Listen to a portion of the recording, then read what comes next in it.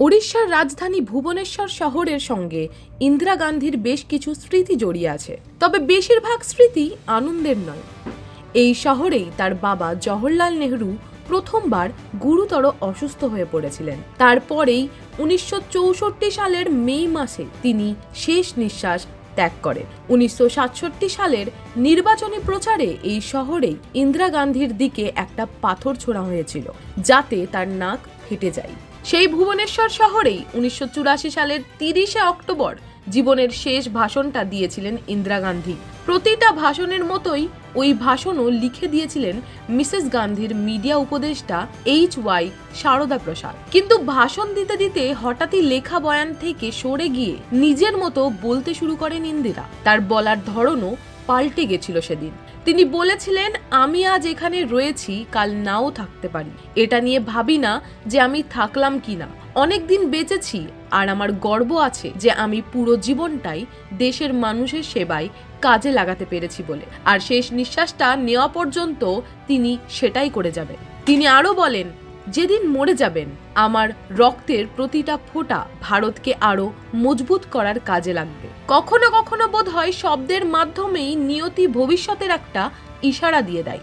ভাষণের শেষে যখন মিসেস গান্ধী রাজ্যপালের আবাস রাজভবনে ফিরেছেন, তখন রাজ্যপাল বিশ্বম্বরনাথ পাণ্ডে তাকে বলেছিলেন, একটা রক্তাক্ত মৃত্যুর কথা বলে আপনি আমাকে ভয় পাইয়ে দিয়েছেন। জবাবে ইন্দিরা গান্ধী বলেন, আমি যা বলেছি তা নিজের মনের কথা, এটা আমি বিশ্বাস করি। সেই রাতেই দিল্লি ফিরে গিয়েছিলেন তিনি। খুব ক্লান্ত ছিলেন, সারা রাত তিনি ঘুমাতে পারেন। পাশের ঘরে সোনিয়া গান্ধী ঘুমোচ্ছিলেন। ভোর প্রায় 4টে নাগাদ শরীরটা খারাপ লাগছিল সোনিয়ার। বাথরুমের দিকে যাচ্ছিলেন তিনি, সেখানে ওষুধও রাখা থাকতো। সোনিয়া গান্ধী নিজের বই রাজীবে লিখেছেন, উনিও আমার পেছন পেছন বাথরুমে চলে এসেছিলেন। ওষুধটা খুঁজে দিয়ে বলেছিলেন, শরীর বেশি খারাপ লাগলে যেন একটা আওয়াজ দিই। উনি জেগেই আছেন। সকাল 7:30টার মধ্যে তৈরি হয়ে গিয়েছিলেন ইন্দিরা গান্ধী। কালো পাড় দেওয়া একটা গেরুয়া রঙের শাড়ি পরেছিলেন মিসেস গান্ধী সেদিন।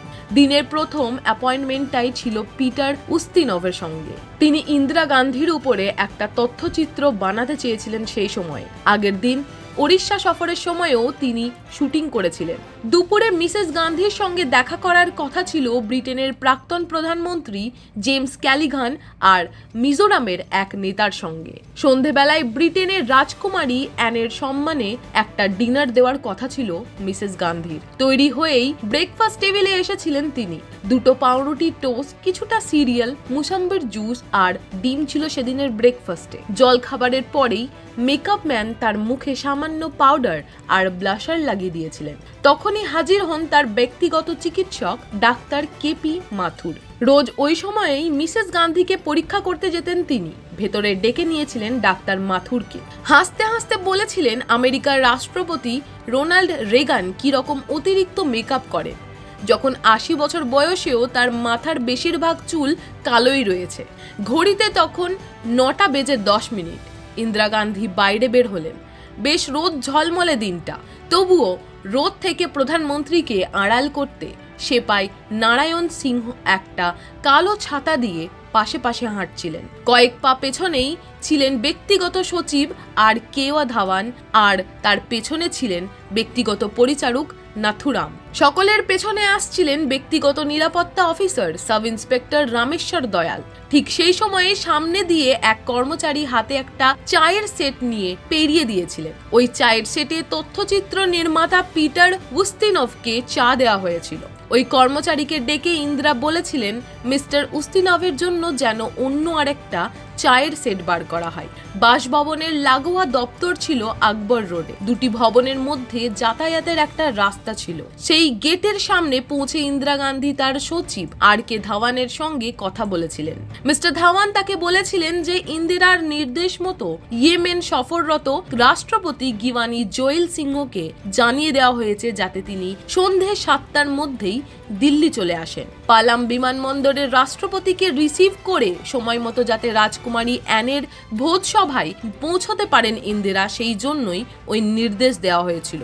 হঠাৎই পাশে দাঁড়ানো নিরাপত্তা কর্মী বিয়ন্ট সিং রিভলভার বার করে ইন্দিরা গান্ধীর দিকে গুলি চালায়। প্রথম গুলিটা পেটে লেগেছিল। ইন্দিরা গান্ধী ডান হাতটা উপরে তুলেছিলেন গুলি থেকে বাঁচতে, তবে একেবারে পয়েন্ট ব্ল্যাঙ্ক রেঞ্জ থেকে বিয়ন্ট সিংহ আরো দুবার গুলি চালায়। সে দুটো গুলি তার বুকে আর কোমরে লাগে। ওই জায়গায় ঠিক 5 ফুট দূরে নিজের টমসন অটোমেটিক কার্বাইন নিয়ে দাঁড়িয়েছিল সতবন্ত সিংহ। ইন্দিরা গান্ধীকে মাটিতে পড়ে যেতে দেখে সতবন্ত বোধহয় কিছুটা ঘাবড়ে গিয়েছিল। স্থানুর মতো দাঁড়িয়েছিল সে। তখনই বিয়ন্ট চিৎকার করে সতবন্তকে বলে গুলি চালাও। সতবন্ত সঙ্গে সঙ্গে নিজের কার্বাইন থেকে চেম্বারে থাকা 25টা গুলি ইন্দিরা গান্ধীর শরীরে বিঁধে দিয়েছিলেন। বিয়ন্ট সিং প্রথম গুলিটা চালানোর পরে প্রায় 25 সেকেন্ড কেটে গিয়েছিল। ততক্ষণে নিরাপত্তা কর্মীরা ওই সময়টাই কোনো প্রতিক্রিয়াই দেখায়নি। এতটাই হতবাক হয়ে গিয়েছিলেন সবাই। তারপরে সতবন্ত সিং গুলি চালাতে শুরু করতেই একদম পেছনে থাকা নিরাপত্তা অফিসার রামেশ্বর দয়াল দৌড়ে এগিয়ে আসেন। সতবন্ত যখন এক নাগাড়ে গুলি চালিয়ে যাচ্ছেন, মিস্টার দয়ালের উড়ু আর পায়েও গুলি লাগে। সেখানেই পড়ে যান তিনি। ইন্দিরা গান্ধীর আশেপাশে থাকা অন্য কর্মচারীরা ততক্ষণে একে অন্যকে চিৎকার করে নির্দেশ দেওয়া শুরু করে দেয়। ওদিকে 1 নম্বর আকবর রোডের ভবন থেকে পুলিশ অফিসার দীনেশ কুমার ভাট এগিয়ে আসছিলেন শোরগোল শুনে। বিয়ন্ট সিং আর সতবন্ত সিং তখনই নিজেদের অস্ত্র মাটিতে ফেলে দিয়েছে। বিয়ন্ট তারপর বলে, আমাদের যা করার ছিল সেটাই করেছি, এবার তোমাদের যা করার করো। ইন্দিরার আরেক কর্মচারী নারায়ণ সিংহ সামনে লাফিয়ে পড়ে বিয়ন্ট সিংহকে মাটিতে ফেলে দেন। পাশের গার্ডরুম থেকে বেরিয়ে আসা ভারত তিব্বত সীমান্ত পুলিশ বা আইটিবিপির কয়েকজন সদস্য দৌড়ে এগিয়ে এসে সতবন্ত সিংকে ঘিরে ফেলে। সব সময়ে একটা অ্যাম্বুলেন্স রাখা থাকতো ওখানে। ঘটনাচক্রে সেদিনই অ্যাম্বুলেন্সের চালক কাজে আসেননি। ইন্দিরা গান্ধীর রাজনৈতিক উপদেষ্টা মাখনলাল ফতেদার চিৎকার করে গাড়ি বার করতে নির্দেশ দেন। মাটিতে পড়ে থাকা ইন্দিরাকে ধরাধরি করে সাদা অ্যাম্বাসেডর গাড়ির পেছনের আসনে রাখেন আর কে ধাওয়ান আর তার নিরাপত্তা কর্মী দীনেশ ভাট। সামনের আসনে ড্রাইভারের পাশে চেপে বসে পড়েন মিস্টার ধাওয়ান আর মিস্টার ফতেদার। গাড়ি যেই চলতে শুরু করেছে, সোনিয়া গান্ধী খালি পায়ে ড্রেসিং গাউন পরে মাম্মি মাম্মি বলে চিৎকার করতে করতে দৌড়ে আসেন। ইন্দিরা গান্ধীকে ওই অবস্থায় দেখে সোনিয়া গান্ধীও গাড়ির পেছনের আসনে চেপে পড়েন। রক্তে ভেসে যাচ্ছিলেন তখন ইন্দিরা গান্ধীর শরীর। সোনিয়া তার মাথাটা নিজের কোলে তুলে নেন। খুব জোরে গাড়িটা এইমস বা all India institute for medical সায়েন্সের দিকে এগোতে থাকে। 4 কিলোমিটার রাস্তা কয়েক মিনিটের মধ্যেই পেরিয়ে যায়। সোনিয়া গান্ধীর ড্রেসিং গাউনটা ততক্ষণে ইন্দিরা গান্ধীর রক্তে পুরো ভিজে যায়। ওই গাড়িটা এইমসে ঢুকেছিল 9টা 32 মিনিটে। ইন্দিরা গান্ধীর রক্তের গ্রুপ ছিল ও নেগেটিভ। ওই গ্রুপের যথেষ্ট রক্ত মজুদ ছিল হাসপাতালে, কিন্তু সফদরজং রোডের বাসভবন থেকে কেউ ফোন করে হাসপাতালে খবর দেয়নি যে ইন্দিরা গান্ধীকে গুরুতর আহত অবস্থায় এইমসে নিয়ে যাওয়া হচ্ছে। জরুরি বিভাগের দরজা খুলে গাড়ি থেকে ইন্দিরা গান্ধীকে নামাতে মিনিট 3 সময় লেগেছিল, কিন্তু সেখানে তখন কোনো স্ট্রেচার নেই। কোনো রকমে একটা স্ট্রেচার জোগাড় করা হয়। গাড়ি থেকে তাকে নামানোর সময় ওই অবস্থা দেখে সেখানে হাজির ডাক্তাররা ঘাবড়ে যান। ফোন করে সিনিয়র কার্ডিওলজিস্টদের খবর দেওয়া হয়। কয়েক মিনিটের মধ্যেই ডাক্তার গুলিরিয়া, ডাক্তার এম কাপুর আর ডাক্তার এস বলরাম ওখানে পৌঁছে যান। ইসিজি করা হয়, কিন্তু তার নাড়ির স্পন্দন পাওয়া যাচ্ছিল না। চোখ স্থির হয়ে গিয়েছিল। বোঝাই যাচ্ছিল যে মস্তিষ্কে আঘাত লেগেছে। একজন চিকিৎসক মুখের ভেতর দিয়ে একটা নল ঢুকিয়ে দেন যাতে ফুসফুস পর্যন্ত অক্সিজেন পৌঁছাতে পারে। মস্তিষ্কটা চালু রাখা সব থেকে প্রয়োজন ছিল তখন। 80 বোতল রক্ত দেওয়া হয়েছিল ইন্দিরা গান্ধীকে। শরীরে যে পরিমাণ রক্ত থাকে এটা ছিল তার প্রায় 5 গুণ। ডাক্তার গুলেরিয়া বলেন, আমি তো দেখেই বুঝে গিয়েছিলাম যে উনি আর নেই, কিন্তু নিশ্চিত হওয়ার জন্য ইসিজি করাটা জরুরি ছিল। তারপর আমি ওখানে হাজির স্বাস্থ্যমন্ত্রী শঙ্করানন্দকে জিজ্ঞাসা করেছিলাম এখন কি করণীয়। ঘোষণা করে দেব আমরা যে উনি মৃত। তিনি না বলেছিলেন। তখন আমরা মিসেস গান্ধীকে অপারেশন থিয়েটারে নিয়ে যাই। চিকিৎসকেরা হার্ট অ্যান্ড লাং মেশিন চালিয়েছিলেন ইন্দিরার শরীরে। ধীরে ধীরে তার শরীরে রক্তের তাপমাত্রা 37 ডিগ্রি থেকে কমে 31 ডিগ্রি হয়ে গিয়েছিল।